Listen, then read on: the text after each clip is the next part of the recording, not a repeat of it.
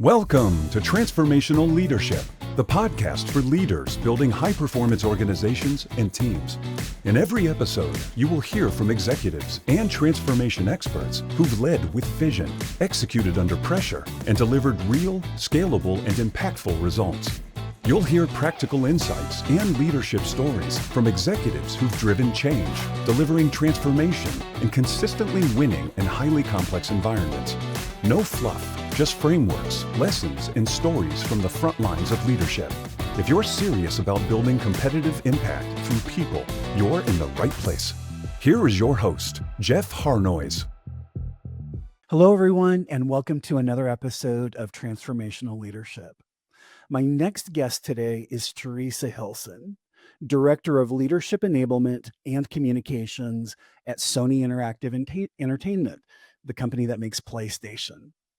Today, our conversation is going to cover transformation and working with highly technical staff, culture shifts towards transformation and how to make them successful, leadership value and integrating them into transformation, including failing fast.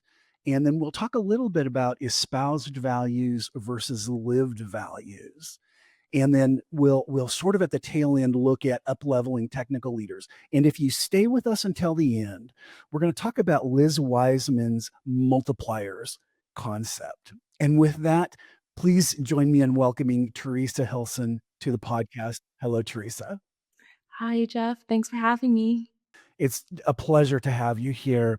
I also understand you recently received your 5 behavior certification, which is really interesting to me. How was that? It was great. I met great people and learned lots of techniques, and so it was great. I can't wait to see what you do with it next. Jumping into our topics today, you've leveraged a long and distinguished career in human resources into being embedded into the business as a partner, as an advisor, and as a consultant with a focus on leadership enablement. Can you tell us a bit about driving leadership efficacy in a world-class, highly matrixed business? Yeah, sure. When I started my career, the dominant conversation in the field was, how does HR have a seat at the table? And, I went to all the HR conferences and sat in those meetings, and I still didn't get much clarity. And it wasn't until there was a manager I had who's very dear to me, and she said, what you need to do is you need to figure out what keeps your leaders up at night. And for me, that's really what kind of unlocked everything. From that point forward, I started acting more as like a true partner. I would take the time to really deeply listen and understand what are the business needs of each leader. What does today look like, and what do they want their tomorrow to look like? And then I would take those business goals and think about, all right, in order to get from today to tomorrow, what are the leadership behaviors that need to change along with it? What's the culture that needs to change along with it? How do we bring people along in that journey? And so, working at Sony Interactive Entertainment, it's highly matrixed, very technical organization that I work with. And I'm not an HR business partner. I'm kind of embedded more into the fabric of business today. And I really just focus on partnering with the leaders and helping them navigate change to lead more effectively, not just through strategy and structure, but also through behavior and alignment. And I love what I do. It's so fun, especially when you see the fruits of your labor come through. I was telling a friend the other day, it's like it warms your heart the way it does when you get like an orchid to bloom at home. Right. I love that analogy. And it's really interesting to me to hear the conversation about having a seat at the table, because a lot of HR leaders that I talk to and that I work with often wrestle with that. They play a strategic role in the organization, but often they're having to wrestle with or even fight to be in the conversations about where the business is today and where it's going so that they can in fact add value. You've taken that to the next level by sort of transitioning out of the HR space. And the observation here is the limitations that come with being in the HR space. But you took all of that discipline and experience and resources, and they put you in the business unit as a partner to the senior executive in the division. I'm wondering how that relationship, having the insights and being at those, being a part of those conversations, how has that shifted your thinking towards transformation? Yeah, it's funny. There's a lot of people who will say to me, Teresa, you're such a so and so whisperer, or this leader whisperer. And I think Jeff, I think you've even said that to me before. You're a leadership whisperer, and I laugh every time someone says it to me. But I think it's because I really try to understand what their leadership goals are, what their business goals are, and translate it and kind of give the leaders, a fresh set of eyes to think about what does that mean with the people that need to make that happen with you, because they are your most important asset. What does that mean in how you pull them along? What does that mean in terms of what needs to change and what, culture shifts need to happen? Um, and so just being really embedded in the business, like I don't just show up and, facilitate a workshop or, give a turnkey thing and walk away. Like I am really, truly in the business with them and walk alongside with them in their transformation. I love that. The observation about leadership whisperer, I want to connect the dots for our listening and our viewing audience. In highly technical environments like the one that you're in, we are often talking about highly accomplished engineering folks, highly educated engineering folks. And from my perspective, often what we see from a leadership perspective is they think about their people problems from an engineering perspective. And there's some value in that for sure. The objectivity and sort of the systems level thinking that often comes with that. Where I think you come in and add value, and this is where the term leadership whisperer comes from, is the ability to take that engineering problem solving approach, and humanize it to the audience that's being transformed or that's the target of the transformation, turning that into human deliverables, understanding the human experience in the process, and being able to translate that back and forth between the two audiences. Again, I think it's just such a unique position and such an interesting talent. And I do hereby deem you the leadership whisperer. Thanks, Jeff. Yeah, I mean, whenever we have new leaders or org changes, there's this thing I like to do. It's these new leader sessions that I do. And I did one recently, and the leader walked away and said to me, "Wow, that was surprisingly human." And I was like, if it's not human, then what, what else would it be? He was like, well, just we're such a big company, big corporation. He's like, I wasn't expecting that. And what I did was, as a new leader managing a new team, I create kind of a 3-part series. The first is I bring everyone together and I just interview this new leader. What keeps you up at night? What directives have you been given by your higher ups on, what you want to accomplish? What will success look like for this team? What are you most impressed by this team so far? From what you've seen, where do you think this team can continue to develop? When you make decisions, do we still have a debate period with you? All of these things that people are scared to ask, I pull them up. I ask all the questions. Then the second part is without the leader, I talk to the team. What are you most worried about? If there was something that you wanted this leader to protect, what would that be? How do you want to move forward? And how do you think what do you need from this leader to be most effective in reaching the goals that we want to reach? And then the third one is I give the team reaction to the leader.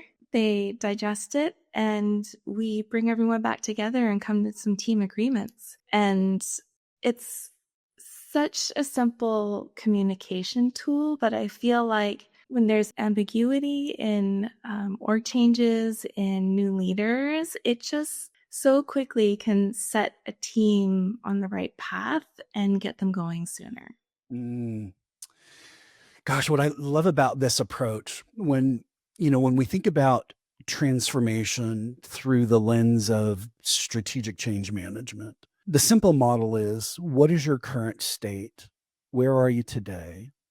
What is your desired state? Where do you want to be tomorrow? Which then makes the gaps relatively obvious. What do we need to solve for? And what you've done is you've refined that getting to the current state definitionally with the leader and the team. And then you've brought them together from an alignment standpoint so that they see that current state really clearly, which I think then provides that foundation to say, okay, we've got a lot of clarity around where we are today. Where do we want to be tomorrow? Where do we want to go from here? And then I think that's just such an excellent foundation to ensure that the transformation is going to be successful because you've got everybody looking in the same direction from the very beginning. Yes, absolutely. Brilliant. Absolutely brilliant. So that talks a little bit about, transformation with really technical staffs. When you think about culture shift in transformations and maybe even leveraging that segment that we just spoke of, what comes to mind? Dealing with very technical people, like you said, they look at it as a technical project. We just need to do more of X, or we need to deliver more of Y, right? And if you take the example of failing fast, sometimes technical leaders will say to me, I want them to be able to fail fast and so that we can reiterate and, keep innovating. And I'll say, okay, right. When your teams do fail, how do you react? What do you say to them? Are you creating an environment that encourages them to fail? And, because I really try to embed myself, I sit in those meetings and I watch the operations reviews and I watch the, meetings, and I will shout out, well, when there was that failure, your response was, why did this happen? Not, great, we failed. What did we learn from it? It's just those refinements in shifting the culture and thinking about how the technical goal affects the people and how the people move along with that goal. Gosh, I love that perspective. And isn't it true? I mentioned in our introduction, we would talk about espoused values versus lived values. And this is a really, really good example of where those two diverge. We say that we want to fail fast. And then when failure happens, rather than recognize and reward it and position it as something good because we've had an opportunity to learn, the focus is much more negatively oriented. And so we can espouse the value of failing fast, but if our lived values or our behaved values are something not, congruent with that, what ends up happening is we end up creating a culture of mistrust and distrust, where not only are people not leaning into innovation, they're probably moving into a protectionism kind of configuration, which holds everything back. Yeah, absolutely. It holds everything back, and you're just so much further from that goal that you wanted. Yeah. And what it sounds like to me, again, your position in the organization is one of the things that have enabled you to be successful with your teams is you're helping them get clarity first. You're then helping them get alignment. And then it feels a little bit like accountability, like you're keeping them on track with what we said it was going to take to be successful versus maybe natural instinct or historic responses or behaviors. Does that sound right? Yeah, absolutely. The first thing I always try to do is to build enough trust with the leaders that I can also hold them accountable, right? That we have that trusting relationship, that we can have those honest conversations, and they will feel safe if I pull up a mirror and help them see what I'm seeing. Yeah.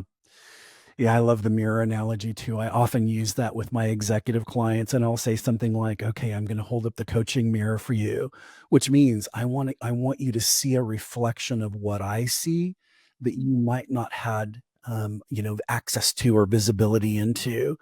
And it's often, sometimes, well, not often, sometimes it's shocking, like, I didn't even see it, right? I didn't even realize it. And other times it's just a good reminder, like, yep, I'm sort of de-evolving back into that, previous behavioral set that's not actually helping me hit my goals. So I love the coaching mirror analogy. That's phenomenal. Absolutely. And at the end of the day, I am their biggest cheerleader and biggest fan. Their success is my success. Yeah, I love that. I love that. I think one of the things that's interesting and unique to me about your role is I don't see this very often in organizations. We work with some very large clients, and it's really rare to see somebody playing the role that you're in. Can you think of, without giving anything away that might be confidential or proprietary, can you maybe describe a couple of really big wins that you were able to, influence, shepherd, or curate as a result of being embedded in the organization? Yeah. Since I've taken on this role, there has been a lot of organizational changes. There has been a lot of transformational shifts, and a lot of it could have gone wrong. Um, and, we have a new leader that I'm working with who expects a quick pace, holds a high bar, and wants to constantly transform and become a better organization. And so, yeah, I mean, from all the numerous organizational changes, shifting and reshifting, as different technologies rise and, bigger goals are created, I try to get in there to get the groups aligned. I get in there to try to help move them along and get them back towards their goal. I am kind of in the back, pushing the back row up and forward as much as I can. And I'm on the sidelines cheering all of them on. Awesome. I love that. Love that. Yeah, I think that is one of the things that we often see missing in big transformations is everyone is so focused on the goal and getting it done that we again sort of forget to humanize the process and recognize that, at the end of the day, this is, the human factor is what's going to either make this successful or not. And we often don't have people on the side encouraging, saying, "Hey, let me catch you doing something right and let me recognize that you are getting this component right," which is often a really good fuel to continue to enable the transformation. Yeah, absolutely. I mean, I feel very fortunate to be in this job because I love what I do. But I feel fortunate to work for an executive who really, really believes that people are our most important asset. That really allows me to do everything that I do. I work for a company where people stay because they value the relationships, they value the people that they work with. And so that further kind of unlocks, everything that I do and, my ability to be successful at it. Yeah. You mentioned the person you work for. This is Paul Walsh, the senior vice president. Is that right? That's right. Yeah.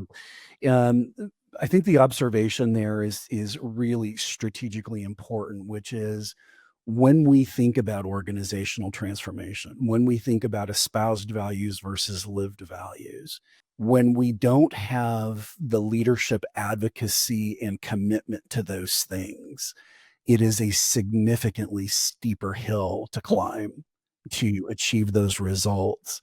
And the fact that you've got Paul saying we are going to ensure that we have a people first approach to leadership is unbelievably valuable. Yeah, absolutely. I feel very fortunate to be working here. Yeah, that's outstanding. When you think about, we're going to transition into looking at technical leaders, and again, I think a lot of our listening audience are going to have at least segments of their organizations that are highly technical. When you think about, big picture, maybe modeling or strategic approaches to up leveling technical leaders, what does that look like for you? Yeah.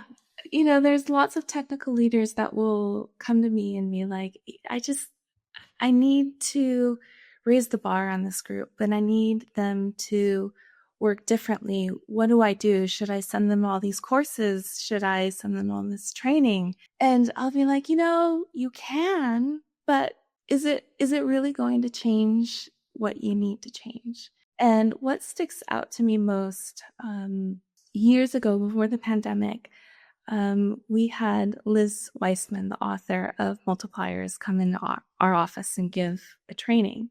And I was sitting in the first row, and I so very clearly remember this example. She was holding a rubber band, and she had someone come up and hold the other end of the rubber band with her. And she said, have you ever noticed that good leaders, when you ask, their teams, how much effort do you put in, and they're like, it's 110%, 120%. And you're like, no, just the scale is 1 to 100. What is it? And they're like, no, it's 110%. She's like, have you ever thought about what it is that these leaders are doing to get them to 110, 120%? And so to demonstrate this visually, and I'm a very visual learner, she had, the person holding this other end of the rubber band, and it was like right in front of my face, right in front of my eyes. And she said to this person, what leaders do is they know how to stretch their employees. They know how to push them and challenge them to places that they didn't think they could stretch to. And so she asked this guy holding the other end of the rubber band to take a step back. And I thought, oh my gosh, it's going to snap in front of my eyes. So he took a step back, and, she's standing there and she's still talking, and she says, do you think that this can stretch?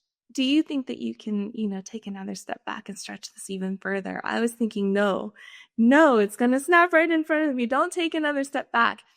And he was like, maybe. And so he takes another step back, and she's like, great, now take another step back. And now he's starting to hesitate too. And he's just flinching in the front seat, and he takes another step back. And I think he must have taken 4 or 5 steps, and I really didn't think that was possible.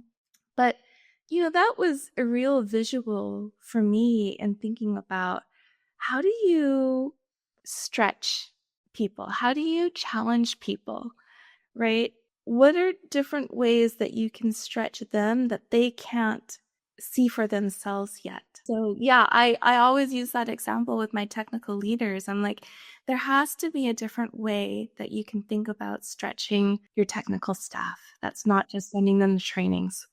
So a couple of things are coming up for me on this one, Theresa, that I just want to share, because I'm listening to you tell the story and my brain is just lighting up. The first one is exactly what you're saying is, can you see the potential in your team that they can't even see for themselves?